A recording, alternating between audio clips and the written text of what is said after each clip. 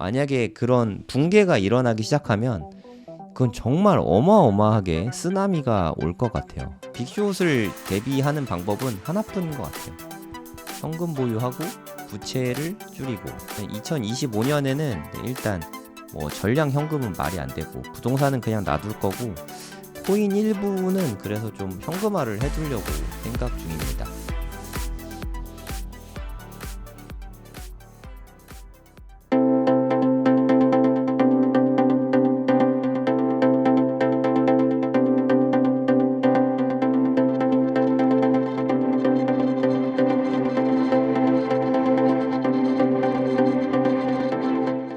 제가 되게 좋아하는 형님이죠. 네, 이분 누군지 아시죠? 로버트 기요사키용입니다. 요새 좀 급발진을 많이 하셔가지고 기요사키가 8월 달에 한 5억 정도 된다고 이야기를 했거든요. 8월 달에 5억. 듣기만 해도 가슴이 설레이는데 이렇게 될까요? 8월이면 이제 한 달 반밖에 안 남았는데 좀 힘들지 않을까요?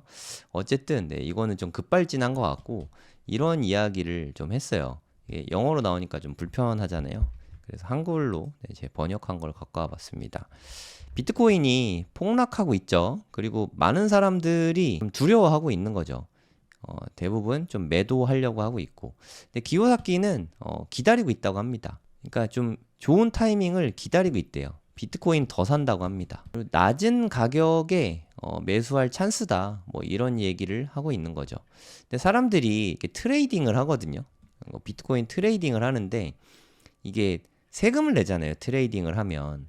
우리나라도 이제 아직은 시행이 안 됐지만 나중에 언젠간 시행이 되겠죠. 그럼 22%의 양도세를 내게 되거든요. 그럼 내가 만약에 한 1억 정도 팔면 공제 금액이 없다고 치면은 한 2,200만 원은 국가에 세금으로 내는 겁니다. 그러면 수량을 뺏기는 것도 그렇고 세금도 뺏기고 그러면 팔자마자 다시 사도 수량이 줄어들 수밖에 없거든요. 그래서 트레이딩은 그런 부분에서 매우 불리합니다. 장기 투자해야 돼요. 그래야 세금으로 수량이 줄어드는 거를 막을 수 있습니다. 이건 기업가고 이거는 종업원이죠. 기업가랑 종업원은 정반대에 있잖아요. 동전의 양면처럼 정반대에 있다.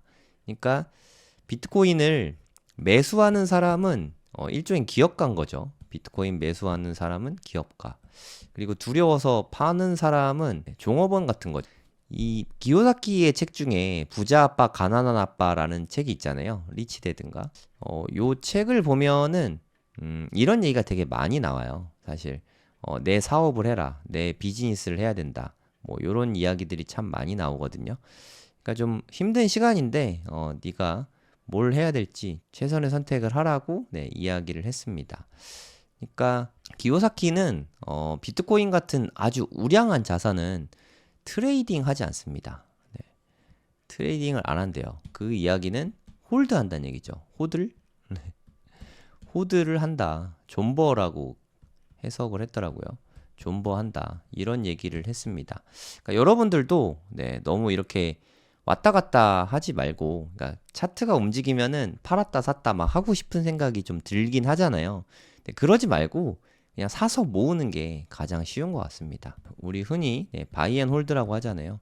이게 비트코인 투자의 가장 좋은 전략인 것 같아요. 네, 저도 이렇게 하고 있고 제가 뭐 방송 시작하고 나서 저는 한 번도 팔지 않았거든요. 작년 9월부터인가 한 번도 안 팔았습니다. 계속 모으고만 있고 지금도 사고 있고 다음 달에까지는 또 살 거예요.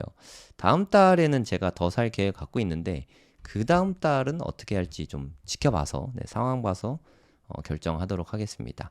하여튼 기요사키는 보면은 비트코인 되게 좋게 보고 있는 것 같아요. 근데 약간 뭐 누가 저한테 인디안 기우제라고 얘기하던데 좀 기요사키도 그런 스타일이에요.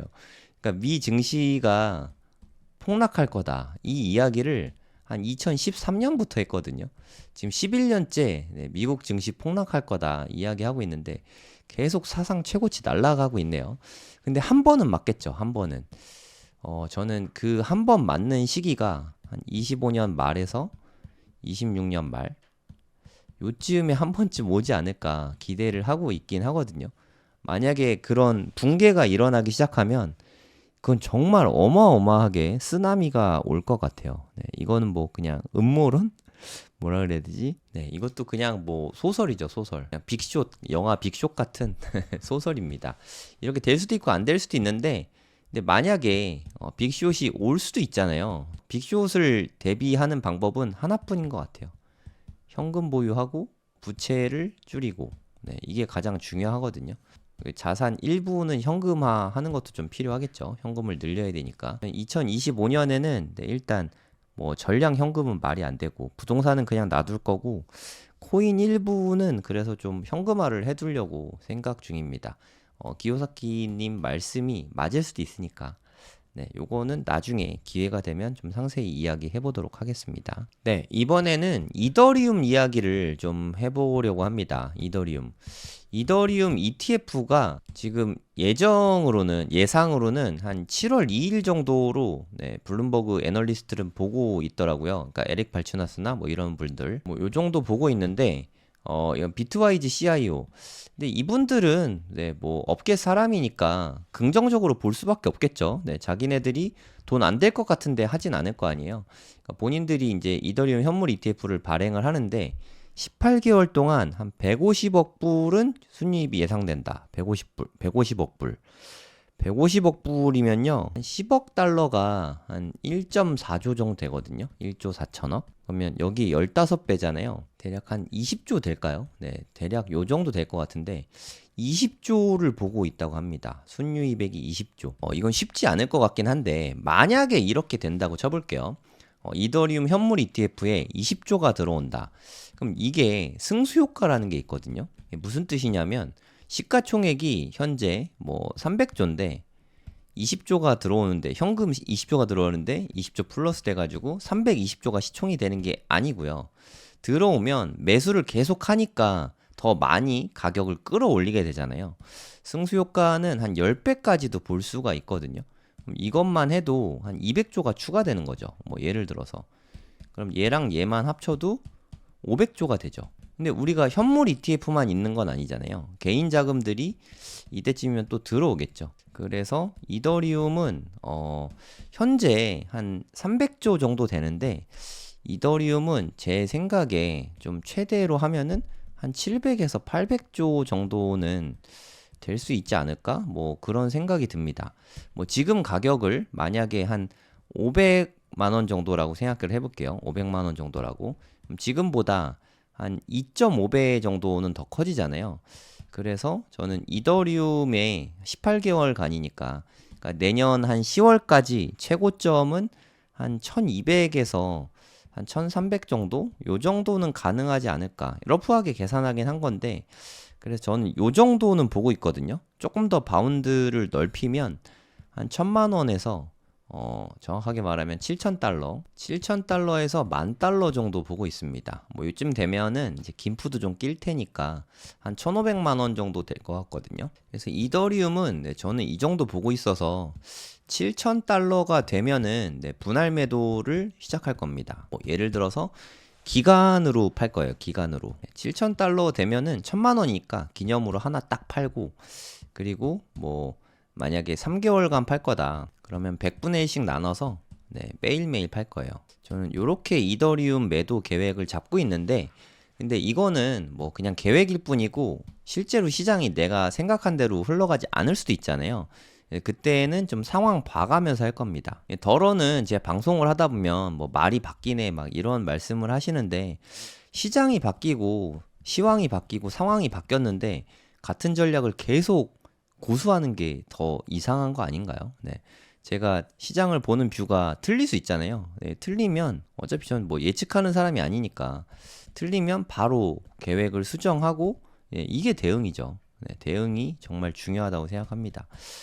시장을 보는 뷰가 틀리면은 네, 바로바로 수정을 하는 게 맞죠. 네, 저는 3월 달만 해도 네, 엄청나게 빠른 속도로 막 올라갈 줄 알았는데 그래서 좀 화르르 타고 빨리 끝나는 거 아닌가 걱정을 했는데 네, 괜한 걱정이었죠. 네, 지금 횡보가 3개월 넘게 이어지고 있잖아요. 네, 이런 상황에서 기존의 전략을 그대로 유지하는 게 그건 진짜 바보죠. 네, 이렇게 시장이 바뀌었으면 바뀐 대로 좀 내 전략을 수정하는 게 맞다고 생각합니다.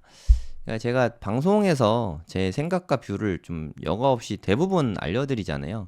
그래서 이건 진짜 참고만 하시고 나는 이런 생각을 갖고 있다 일 뿐이지 이렇게 된다가 아니거든요. 네, 그건 정말 너무너무 다른데 여러분들도 이렇게 됐을 시나리오가 있으니까 그렇게 되면 어떻게 할까 정도만 미리 생각해 두시면 될 것 같습니다. 네, 이렇게만 됐으면 좋겠네요. 네, 이더리움 저도 투자하고 있는데 이더리움 투자하고 계신 분들도 네, 최소한 한 1년 정도는 보유해도 되지 않을까 생각합니다. 뭐 짧게는 한 6개월, 올 연말에서 내년 상반기까지는 좀 보유하시는 게 좋을 것 같아요.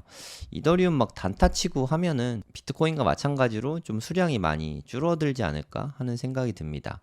요즘에 이더리움 흐름이 되게 괜찮아요. 비트코인 도미넌스가 쫙 빠졌거든요. 어저께 좀 특이한 점은 이제까지는 비트코인은 별로 안 빠졌는데 알트들만 엄청 빠졌었거든요. 요때까지만 해도. 근데 어저께는 반대였어요. 비트코인은 엄청 빠지는데 막상 이더는 별로 안 빠졌습니다. 그래서 이더리움 비트코인 차트 한번 볼게요. 이더리움 비트코인 차트 보면은 어저께 오히려 되게 많이 올랐죠. 보통의 경우에는 비트코인이 빠지면 이더리움 더 많이 빠지고 비트코인 오르면 이더리움 더 많이 오르고 이런 게 많았는데 어저께는 이더리움은 별로 안 빠졌는데 비트코인 혼자 계속 빠지더라고요. 예, 마운트 곡스는 이더리움 물량이 없어서 그런 게 아니었나 뭐 이런 생각도 좀 들어요. 그리고 이더리움이 가장 영향을 도미넌스에 많이 끼치거든요. 이더리움이 아무래도 시총이 크니까 요때부터 시작해서 주구장창 이렇게 도미넌스가 빠지고 있죠. 네, 현재는 그런 상황인데 제가 아까 말씀드렸던 한 7월 초에 만약에 바닥 찍고 반등을 하게 된다면 한두 번 정도 더 빠질 수 있다 그랬죠. 한 번 빠지고 갈지 뭐 두 번 빠지고 갈지 모르겠지만 아니 뭐 쭉 빠질 수도 있습니다. 이건 뭐 누구도 모른다고 생각하고 이렇게 반등을 한번 좀 하지 않을까 그런 생각이 들어요. 그래서 비트코인이 도미넌스가 한 60%까지는 오른 다음에 그 다음에 뭐 좀 불장이 오지 않을까? 뭐 저는 이렇게 그리고 있습니다. 제 시나리오대로만 되면 우리는 다 돈을 많이 벌겠죠. 네, 이때 비트코인이 엄청나게 상승을 할 테니까. 이때 뭐 적어도 10만에서 14만 정도는 될 것 같거든요. 올 연말까지. 요 정도 되면 다들 돈 많이 버시지 않겠습니까? 비트코인 투자했다면. 네, 그 다음은 네, 넥스트는 뭐 이더리움일 테니까 이 도미넌스 빠질 때 네, 이더리움이 가장 빠르게 올라갈 거라고 생각합니다. 이더리움 진짜 얼마 안 빠졌어요. 이건 그냥 이더리움 차트인데 비트코인만 혼자 죽어라 빠졌습니다. 어제 빠진 양이 한 7% 정도. 물론 적은 양은 아니지만 비트코인보다도 덜 빠졌거든요. 비트코인은 한 9% 빠졌는데 그러니까 이더가 오히려 덜 빠졌어요. 네. 근데 대부분의 암호화폐가 덜 빠졌습니다. 어제는 비트코인 혼자 내리는 네, 그런 장이었던 것 같아요. 솔라나는 네, 덜 빠지고 반등이 좀 셌죠. 그동안 솔라나가 되게 불쌍했죠. 한 122불까지 빠졌었는데 네, 다행히 오늘은 반등이 좀 많았습니다. 네, 저는 솔라나에 투자하고 있지 않아요. 알트코인들에 비해서 비트코인이 이번에는 좀 많이 빠졌었다. 네, 마운트 곡스 괴담 영향이 아닌가 그런 생각이 좀 듭니다. 보통 그런 괴담이 뜨더라도 비트코인 빠지면 이더리움이라던가 다른 코인들 다 같이 빠지는 편인데 네, 이번에는 좀 특이합니다. 그리고 RSI를 봐도 되게 좀 안 좋죠. 여기 너무 과매도군까지 빠지고 네, 반등도 조금밖에 못해서 제가 한 번 더 빠질 거라고 생각하는 근거가 네, 그거예요. 두 가지죠. 너무 급하게 떨어졌다. 그래서 완전 과매도 구간에 들어왔다. 이게 1번이고요. 그리고 이게 찐 반등, 그러니까 여기가 바닥 잡고 찐 반등이라고 치면은 이게 되게 빨리 올라가야 되거든요. V자 반등이라고 해야 되잖아요. V자 반등이 안 왔어요. 반등이 사실 너무 미미합니다. 네, 하락에 비해서 너무 많이 미미해요. 그러니까 여기서부터 하락이 나왔다고 치면 되잖아요. 피보나치를 찍어봐도 뭐 얼마 오른 게 없어요. 236까지밖에 안 올랐거든요. 최소한 여기까지는 올라줘야 돼요. 네, 정말 정말 최소한. 근데 이거 너무 안 올라졌거든요. 상승장으로 가려면 그래도 0.5 이상은 네, 갔다가 네, 좀 빠져서 이렇게 올라가는 모습을 보여야 상승장으로 가는 모습인데 지금 그런 모습까지는 보이지 않아요. 네. 그러니까 오늘 당장 빠질 것 같진 않은데 시간을 주고 시간을 두고 한두 번쯤 더 빠질 수 있는 그런 모습입니다. 너무 조급하게 접근하지 마시고 더 빠질 수 있으니까 여유롭게 천천히 투자하시기 바랍니다. 조급한 마음 가지면 지금 너무 두렵고 힘들 수 있으니까 여유를 갖고 투자하시기 바랍니다. 지금 가진 시들 다 지금 여기에 넣으면은 마음이 너무 힘들 수 있어요. 물론 뭐 이런 마인드이실 수 있죠. 원래 이렇게 부동산 투자자이신 분들은 한 번에 뭐 2, 3억 정도 들어가는 일이 허다하잖아요. 그냥 뭐 부동산 투자하듯이 한 번에 그냥 2, 3억 빡 이렇게 늘 수 있긴 한데 하지만 좀 마이너스를 그려도 잘 참기만 하면 된다고 생각해요. 어차피 올라가긴 할 테니까. 빠졌다 갈 수도 있고 바로 올라갈 수도 있지만 중요한 건 올라간다는 거죠. 저는 이렇게 보고 있습니다. 올라갈 거라고 생각해요. 이게 시기의 문제지 올라가냐 안 올라가냐 문제는 아닌 것 같아요. 그래서 제 생각에 한동안은 비트코인도 뭐 좀 빠졌다가는 올라갈 것 같고 이더리움은 비트코인보다 오히려 지금 덜 빠지고 있죠. 이렇게 덜 빠지면은 더 많이 오르거든요. 이거는 또 ETF 영향도 있잖아요. 그리고 이더리움 ETF가 뭐 의외로 잘 팔릴 수도 있지 않을까 하는 생각이 요새 들어 좀 들어요. 사실 저는 약간 회의적이었거든요. 비트코인도 지금 계속 빠지고 있는 마당에 이더리움 ETF가 나온다고 이게 과연 각광받을까 이런 생각이 좀 들긴 했거든요. 말이 나온 김에 비트코인 현물 ETF 차트인데요. 5월 13일부터 무려 19일 연속으로 순유입이 있었거든요. 유입 금액도 엄청 컸습니다. 막 8억 8천만 달러. 두 번째로 많은 거거든요. 4억 8천만 달러. 엄청 많았죠. 2억 1천만, 1억 3천만. 엄청나게 이렇게 막 계속 들어오고 있다가 갑자기 분위기가 꺾였어요. 채굴자 물량 던지면서부터라고 합니다. 요때부터 막 꺾이기 시작해서 계속해서 마이너스가 나타나죠. 지금 2주가 넘었거든요, 이제. 여기까지가 1주. 하루 빼고 다 마이너스였죠. 여긴 그 장이 안 열린 날이니까 전부 다 마이너스였죠. 오늘 어저께 밤이죠. 어저께 밤에도 또 마이너스죠. 오늘은 잘 모르겠습니다. 오늘은 뭐 그냥 똔똔이지 않을까. 그냥 보합세 요 정도 될 거라고 기대를 하는데요. 그러니까 이게 ETF 자금이 계속 빠져나가고 있잖아요. 순 유출되고 있잖아요. 오히려 비트코인도 유출되고 있는 마당에 이더리움에 돈이 과연 많이 들어올까? 요게 좀 의문이긴 했거든요. 지금 생각으로는 트위터를 면밀히 좀 살펴보니까 생각보다 이더리움 ETF의 영향이 작지는 않을 것 같아요. 물론 이게 비트코인만큼 엄청난 파괴력을 보이진 않을 것 같거든요. 제가 이더리움 ETF가 그래도 나쁘지 않을 것 같다는 생각을 하는 이유가 이거는 이더리움 BTC 차트인데요. 이더리움 비트코인 차트인데 계속해서 좀 오르고 있잖아요. 비트코인보다 지금 흐름이 좋습니다. 그러니까 최근 들어서는 최근 한 2주 정도? 한 2주간은 비트코인보다 흐름이 훨씬 좋아요. 그러면 이런 상태에서 한 7월 초에 한 7월 2일쯤 예상하던데 요때 ETF까지 딱 나와주면은 이 또 기대감이 있잖아요. 기대감 때문에 이게 더 오를 수 있다고 생각합니다. 다만 7월 2일 날 ETF가 승인이 나고 나면은 그 전에 기대감으로 막 오르다가 뉴스에 팔아라. 우리 저번에 1월 11일 날도 경험했잖아요. 갑자기 비트코인 막 떨어지는 거. 막 오르다가 푹 하고 꺼졌죠. 이때 진짜 되게 무서웠었는데 이런 게 반복될 수 있어요. 그래서 7월 2일 날은 오히려 좀 조심해야 될 때지 않나? 뭐 그런 생각이 듭니다. 이 뒤로 크게 거꾸라질 수 있습니다. 대신에 그 뒤로는 다시 크게 오를 수 있어요. 비트코인이 정확하게 그렇게 움직였거든요. 여기 보시면 갑자기 엄청나게 급등한 모습이 보이죠. 이때가 블랙락에서 비트코인 현물 ETF가 출시된다고 뉴스가 나왔을 때거든요. 블랙락이 대단한 데잖아요. ETF 승인 가능성이 뭐 한 500대 1이거든요. 승인된 게 500개면 거절된 게 한 개밖에 없을 정도로 그냥 블랙락이 하면 되는 거거든요. 그래서 사람들이 기대를 갖고 블랙락이 하니까 되겠지라는 설렘을 갖고 다 안 된다 그랬었거든요. 이때까지만 해도. 근데 갑자기 블랙락이 신청을 하면서 된다라는 느낌이 좀 되게 커졌어요. 된다는 분위기가 돼서 이때부터는 정말 원사이드하게 쭉 오르죠. 이게 비트코인 현물 ETF가 이때 승인되고 첫 거래일인데 이때까지 계속 오르다가 그 다음에 완전 크게 꼬꾸라졌죠. 이때 한 마이너스 21% 정도 찍었을 거예요.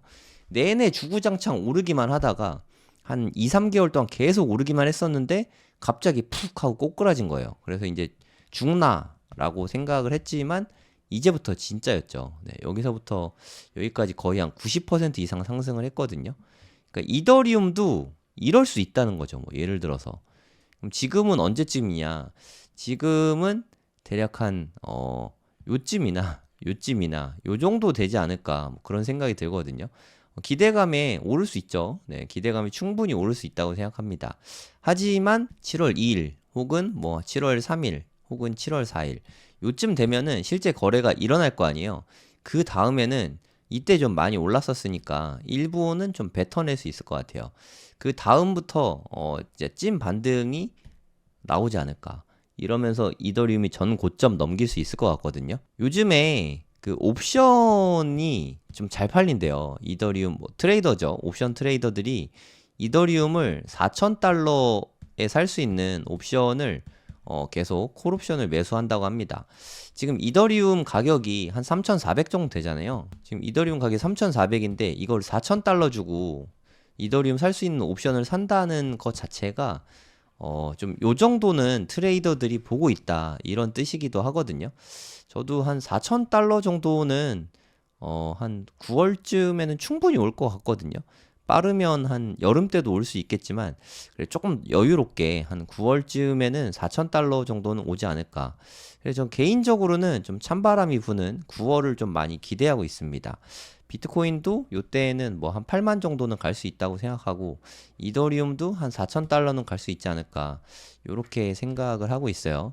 그래서 이더리움 투자하시는 분들도 좀 되게 좋은 기회니까 가격이 빠진다고 빠질 수 있거든요. 그러니까 마운트 곡스 물량이 풀리기 시작하면 비트코인이 크게 빠지겠죠. 비트코인이 빠지면 이더리움은 잘못한 것도 없지만 그냥 같이 빠지게 돼 있다고 생각해요. 그때 패닉셀 하지 마시고 한 6개월에서 1년 정도는 좀 진득하니 가져가면서 수익을 보시면 좋을 것 같습니다.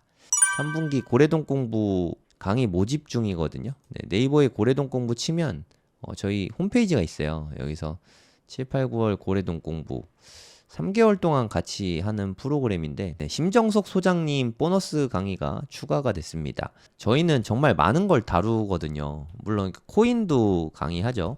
저는 이번에 코인 강의 해외 거래소 사용법 위주로 강의할 건데 2번 합니다. 네, 7월, 9월 2번 코인 거래소 쪽 할 거고요. 팽도리님은 이분은 치과의사 분이신데 25억 비트코인으로만 25억 벌고 다른 또 알트코인으로 돈 많이 버셔서 원래 치과의사신데 졸업을 하셨어요. 네, 파이어족이시죠.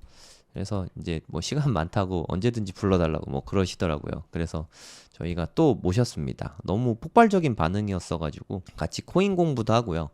그리고 부동산, 부동산 요즘에 난리지 않습니까? 부동산. 서울 부동산 다시 올라간다고 뭐 좀 시끄러워진 것 같아요. 거래량도 좀 많고 부동산 공부도 네, 같이 하고요. 그리고 빗소영 대표님은 자기개발 쪽 아웃풋 독서 자기 개발된 프로그램도 같이 들어 있고요. 심정섭 소장님은 학군 강의하거든요. 학군과 부동산, 자녀교육 이런 부분에 대해서 설명을 해주시는데 이 부분도 같이 알려주실 거예요. 교육이죠, 교육. 자녀교육. 진짜 정말 거의 모든 거를 다 망라하는 강의거든요. 고래동 공부 프로그램만 잘 따라오셔도 다른 공부 특별히 많이 더 안 하셔도 충분할 것 같아요. 이것만 해도 충분히 많거든요. 8월 달에도 네, 웅달 대표님은 사업과 투자를 너무 잘 융합하셨고 그리고 좀 뼈 때리는 이야기 있잖아요. 뼈 맞는 시간을 좀 가감 없이 정말 솔직하게 부드럽게 때려주시거든요. 그래서 웅달님 강의를 들으면은 무언가 되게 하고 싶은 게 많아집니다. 네. 정말 또 기대되는 강의요. 8월 달에 하시는데 너무너무 기대가 됩니다. 그리고 요즘에 주식 쪽은 AI가 난리잖아요. AI. 요즘에 저 이호석 대표님 컨텐츠 되게 많이 보고 있는데 와, 저보다 더 부지런하시더라고요. 그러니까 진짜 이분은 거의 안 주무시는 것 같아요. 뭐 진짜 대단하십니다. 컨텐츠도 되게 많이 만드시고 또 저는 양은 많이 하지만 사실 뭐 질이 엄청 뛰어나다라고 말씀드릴 수가 좀 그러긴 좀 부끄러운데 이호석 대표님은 양도 많은데 질도 되게 좋더라고요. 그 인사이트를 직접적으로 배울 수 있는 시간이죠. 다 줌으로 실시간 강의하거든요. 이럴 때가 아니면 네, 제가 또 언제 이호석 대표님을 만나서 이렇게 질의응답할 시간이 있겠습니까? 여러분들도 고래동 공부 오시면 같이 이야기 나눌 수 있습니다. 그리고 일반 직장인이신데 비트코인 투자로 네, 부를 많이 이루셨죠. 네, 호필님도 오십니다. 원래 이분은 공기업 다니시는 직장인이세요, 직장인. 네, 지금도 직장 다니고 계십니다. 직장인 분들이 가장 좀 좋아하는 강의죠. 가장 현실적인 강의고, 보통 다른 분들은 사업이랑 같이 하니까 네, 현금이 원래 많아서 잘 됐을 수 있잖아요. 근데 호필님은 직장인으로 정말 조금씩 조금씩 늘 모아가지고 그걸로 힘들게 처음에 1억 모아서 투자한 이야기도 들려주시고 했는데 정말 눈물 나는 투자 끝에 네, 지금 좀 성취를 많이 이루셨죠. 네, 그래서 앞으로 이제까지 해온 것과 앞으로 어떻게 해야 되는지 이런 부분들에 대해서 아주 상세하게 말씀해 주실 거예요. 네, 빗 대표님이 또 독서 모임과 자기계발 쪽 이끌어 주실 거고요. 네, 그리고 우리 부동산 이야기 하잖아요. 네, 남이사님은 또 가장 현실적인 방법을 많이 제시해 주시죠. 예, 지난달에 보너스 특강으로 남이사님이 나와서 강의해 주셨는데 정말 열광의 도가니였어요. 예, 강의 자체도 너무 재밌고 현실적이고 그래서 이제는 진짜 현실적으로 부동산 투자를 어떻게 해야 되는지 가르쳐 주겠다 하면서 끝났거든요. 네, 그 후속편이 이제 9월 달에 남이사님이 강의를 해 주십니다. 남이사님 이런 얘기를 하시더라고요. 그러니까 내가 가진 현금이 현재 얼마든 상관이 없다. 네, 누구나 부동산 투자를 할 수 있다. 이 비법을 알려주신다니까 네, 저도 기대가 많이 됩니다. 기회 되시는 분들은 신청해 주시면 감사하겠습니다.